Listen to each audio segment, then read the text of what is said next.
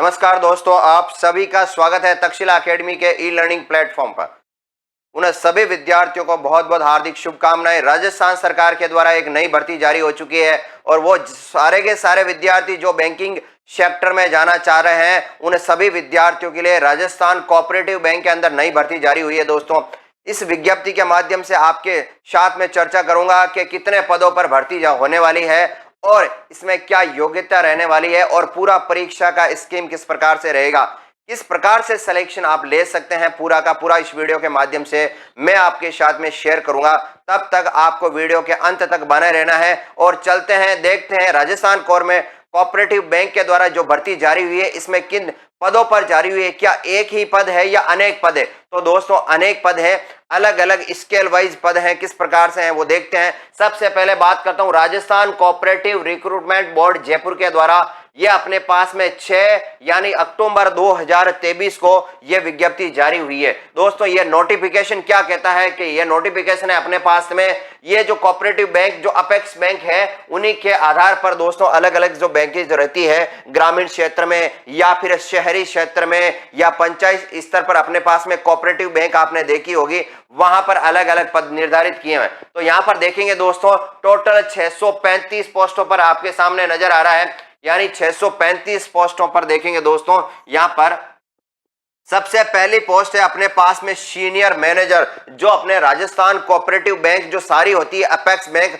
वहां का जो मेन अधिकारी होता है वो अपने पास में होता है सीनियर मैनेजर और इसकी एक पोस्ट है। दोस्तों कितनी पोस्ट है? मात्र एक पोस्ट है, ध्यान रखना एक पोस्ट के लिए। फिर बात करता हूं दूसरी पोस्ट है अपने पास में सेकंड मैनेजर की और मैनेजर की टोटल 81 पोस्ट है दोस्तों और टोटल अपने पास बात करेंगे नॉन टीएसपी और टीएसपी क्षेत्र से मिला के टोटल 89 पोस्ट है। फिर अपने पास में तीसरी पोस्ट आती है दोस्तों कंप्यूटर प्रोग्रामर की। कंप्यूटर से रिलेटेड सारे जो कार्य हैं, चाहे कंप्यूटर में किसी प्रकार की बाधा आ जाती है तो उसका किसका कार्य रहेगा? कंप्यूटर प्रोग्रामर का। और यहां पर टोटल पोस्ट है दोस्तों 5 पोस्ट रहेगी। फिर बात करेंगे चौथे नंबर पे आती है एक बैंकिंग असिस्टेंट जो सबसे ज्यादा पोस्ट है इस बार आई है, यानी यहां पर जो अपने पास में 4 अलग अलग पोस्ट है उसमें सबसे ज्यादा पोस्ट है वो बैंकिंग असिस्टेंट की है।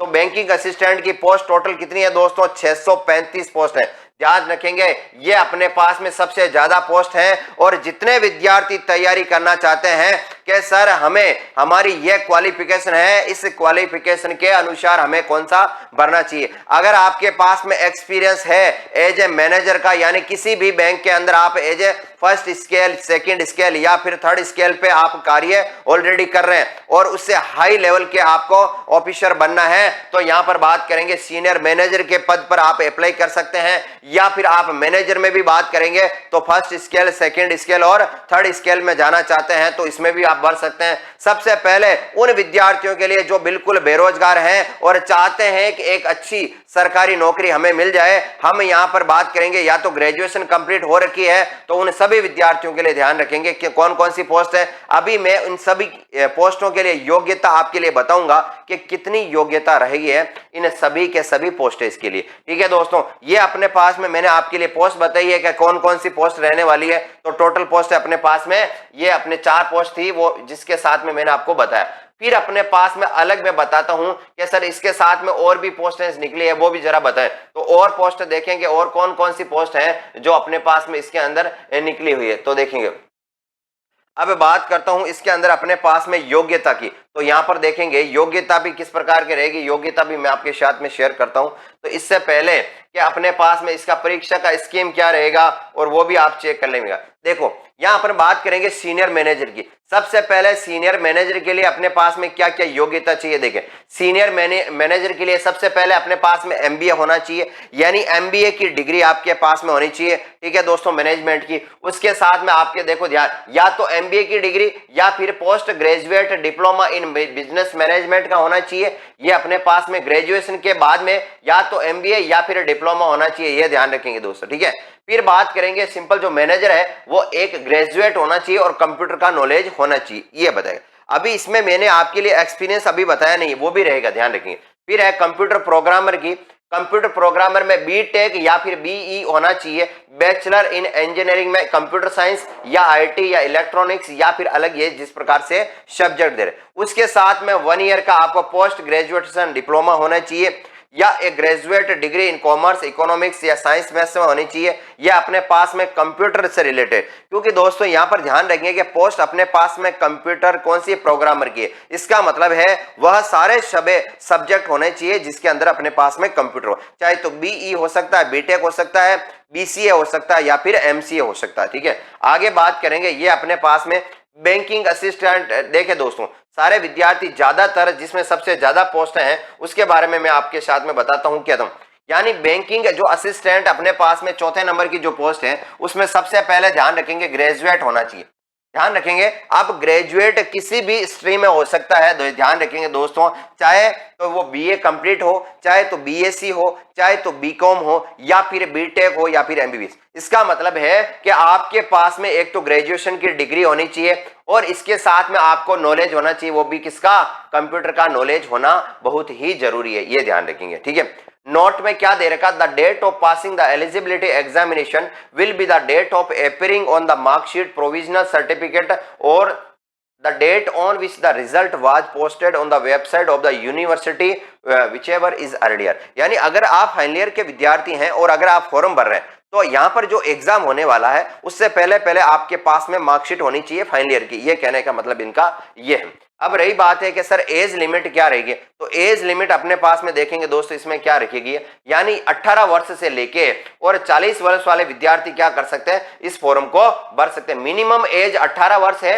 और अधिकतम एज है वो 40 वर्ष है दोस्तों। यहाँ पर ये एज का और रिलैक्सेशन जो होता है वो अलग अलग कैटेगरी वाइज जो रिजर्वेशन होता है उसके अनुसार अपने पास में इसका रिजर्वेशन होता है। तो ये अपने पास में योग्यता थी और योग्यता किस प्रकार जो आपने देखी है कि इस प्रकार की इनकी योग्यता। आगे मैं बात करता हूं इसका परीक्षा का स्कीम किस प्रकार से रहेगा, इसके अंदर पूरा का पूरा मेंशन किया गया कि परीक्षा के स्कीम क्या रहने वाली, वो भी मैं आपके साथ में शेयर करने वाला हूं। तो आपको कहीं नहीं जाना, वीडियो के अंत तक बने रहना है। देखते हैं एग्जामिनेशन सेंटर जो बता रहे कि अजमेर, अलवर, बीकानेर और बात करेंगे जोधपुर, सीकर, श्रीगंगानगर, उदयपुर है। ये अपने पास में अलग अलग सेंटर है, जैसे जैसे आप अपने चूज करेंगे सेंटर उसी के अनुसार आपको क्या मिलेगा, यहाँ पर सेंटर मिलेगा। आगे बात करेंगे इसके अंदर जो अपने पास में परीक्षा की स्कीम रहने वाली है, वो परीक्षा की स्कीम किस प्रकार से रहने वाली है वो आप देखेंगे। और भी अपने पास में इसमें पद रहेंगे, अकाउंट ऑफिसर यानी लेखा अधिकारी का पद भी रहने वाला है, जिसके अंदर आपके पास में बैचलर इन डिग्री वो भी कॉमर्स में रहने वाली है। फिर एनिमल न्यूट्रिशन ऑफिसर की भी एक अलग से पोस्ट जारी गई है, उसमें आपके पास में MVSC एनिमल न्यूट्रिशन में होना चाहिए। ठीक है दोस्तों, आगे देखेंगे, आगे अपने पास में यहाँ दिया गया है कि जूनियर असिस्टेंट यानी कनिष्ठ जो सहायक है उसमें ग्रेजुएट होना चाहिए या फिर RACT होना चाहिए। ठीक है, अब अपने पास में यहाँ पर दे रखा है कि पार्ट ए होगा इंग्लिश का, फिर अपने पास में न्यूमेरिकल एबिलिटी यानी इसमें मैथमेटिक्स रखी गई है, फिर अपने पास में रीजनिंग है ना, और पार्ट ए और पार्ट बी इसमें 2 प्रकार के अपने पास में पार्ट रखेंगे। और बेसिक कॉन्सेप्ट कंप्यूटर का आना चाहिए, राजस्थान का सामान्य ज्ञान आना चाहिए।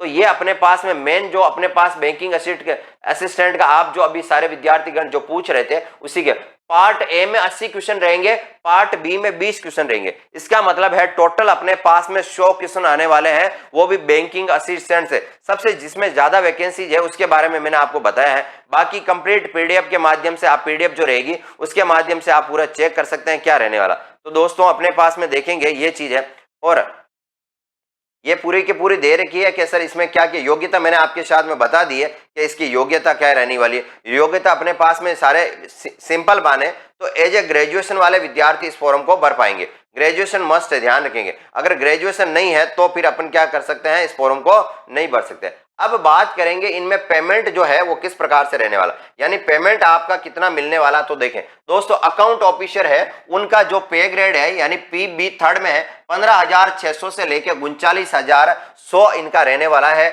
और एक प्रोबेशन पीरियड चलेगा उसमें उनको 39,300 रुपए मिलेंगे। एनिमल न्यूट्रिशन ऑफिसर को 39,300 और इनका लेवल है वो अपने पास में 14। प्रोग्रामर जो है उनका लेवल है अपने पास में पेप मैट्रिक्स लेवल वो 12 है, और उनको जो प्रोबेशन पीरियड में मिलेंगे वो 31,100 रुपए मिलेंगे। असिस्टेंट मैनेजर को दोस्तों 26,500 मिलेंगे और असिस्टेंट मैनेजर क्वालिटी कंट्रोल है वो भी 24,500। जूनियर अकाउंटेंट है दोस्तों तो 23,700। ये प्रोबेशन पीरियड में है। जैसे ही आपका 2 साल का प्रोबेशन पीरियड कंप्लीट हो जाता है तो एज ए सरकारी कर्मचारी के तौर पे आपका जो पे ग्रेड है इस नियमानुसार 9,300 से 34,800 जो नियम के अनुसार होगा उसी बेसिक पे स्ट्रक्चर के आधार पर आपकी सैलरी तय हो जाएगी। फिर है जूनियर असिस्टेंट, ध्यान रखेंगे जिसमें अंदर सबसे ज्यादा पोस्टें बता रखी है वो है अपने पास में लेवल 5 के अंदर आने वाला है जिसे पीबी फर्स्ट कहा जाता है। 5,200 से लेके 20,200 और प्रोबेशन पीरियड में जो दोस्तों 14,600 रुपए आपको एज ए 2 साल का जो प्रोबेशन पीरियड रहता है तब तक आपको मिलेंगे। और जैसे ही आपका प्रोबेशन पीरियड समाप्त हो जाएगा तो सरकार के नियमित कर्मचारी बनने के बाद में आपको सैलरी मिलेगी जो एकदम क्या मिलेगी, इस पे मैट्रिक्स लेवल के अनुसार आपको मिलने वाली। या आप ऑपरेटर एनिमल में है 14,600 या फिर फिटर में है तो 14,600, इंफॉर्मेटिक असिस्टेंट है तो 14,600। तो ये अपने पास में वेतनमान संबंधित जो आपके लिए जानकारी थी वो आपके साथ में मैंने साझा की है। आगे बात करते हैं और आवेदन आपको ऑनलाइन के माध्यम से या एसएसओ आईडी के माध्यम से आपको क्या कर देना है, फॉर्म को भर देना। ठीक है, तो दोस्तों बहुत अच्छी वैकेंसी है और जितने विद्यार्थी थे जो इंतजार कर रहे थे इस विज्ञप्ति का कि सर ये जो विज्ञप्ति है ये विज्ञप्ति किस प्रकार से रहने वाली है, तो आपने विज्ञप्ति देखी है। इस विज्ञप्ति का है ना अकाउंट ऑफिसर की पोस्ट बता देता हूं कितनी है, 2 पोस्ट है। एनिमल न्यूट्रिशन की पोस्ट 1 पोस्ट है, प्रोग्रामर की 1 है, असिस्टेंट मैनेजर की 4 है, असिस्टेंट मैनेजर क्वालिटी कंट्रोल की 11 है, जूनियर अकाउंटेंट की 11 पोस्ट है, जूनियर असिस्टेंट की 12 है। टोटल मिला के इसमें 49 पोस्ट है। इस प्रकार आपके सामने है।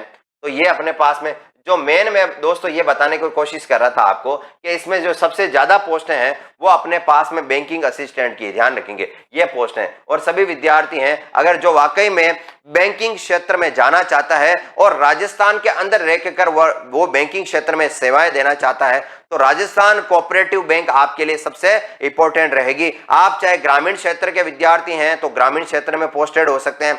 अगर आप शहरी क्षेत्र के विद्यार्थी हैं और शहरी क्षेत्र में कोऑपरेटिव बैंक है, उनका कार्यालय है, उनकी अपने पास अलग अलग ब्रांचेज है तो वहां पे भी आप पदस्थापित हो सकते हैं। शानदार तैयारी और स्मार्ट रणनीति के माध्यम से आप इसमें सिलेक्शन ले सकते हैं। इसका परीक्षा का स्कीम दोस्तों बढ़िया रहने वाला है। अपने पास में टोटल मैंने देखा बैंकिंग असिस्टेंट में 100 क्वेश्चन आपके सामने आने वाले हैं जिसके अंदर आपके पास में मैथ्स भी है, रीजनिंग भी है, राजस्थान का सामान्य ज्ञान भी है और कंप्यूटर भी है। तो ये सारे सब्जेक्ट रहने वाले हैं। अगर आप वाकई में बढ़िया तैयारी करना चाहते हैं तो तक्षशिला एकेडमी जोधपुर संस्थान के माध्यम से चाहे तो ऑनलाइन या फिर ऑफलाइन आप तैयारी कर सकते हैं। बम्पर भर्ती है दोस्तों सरकार के द्वारा और अभी हाल ही में जारी की गई भर्ती है। आपको सिर्फ 1 पद चाहिए और इस 1 पद के लिए आपको तैयारी बेहतरीन करनी होगी। ठीक है दोस्तों, तो ये विज्ञप्ति आज आपके सामने लेके आया हूं। कैसी लगी कमेंट करके जरूर बताएंगे। अपने मित्रों के साथ इसे शेयर करेंगे ताकि उन सभी विद्यार्थियों को भी इस जो नई भर्ती आई है इसके बारे में जानकारी मिले। मिलते हैं एक नए सेशन के साथ, एक नई भर्ती के साथ। तब तक के लिए आपसे विदा लेता हूं। Thank you so much. जय हिंद, जय भारत।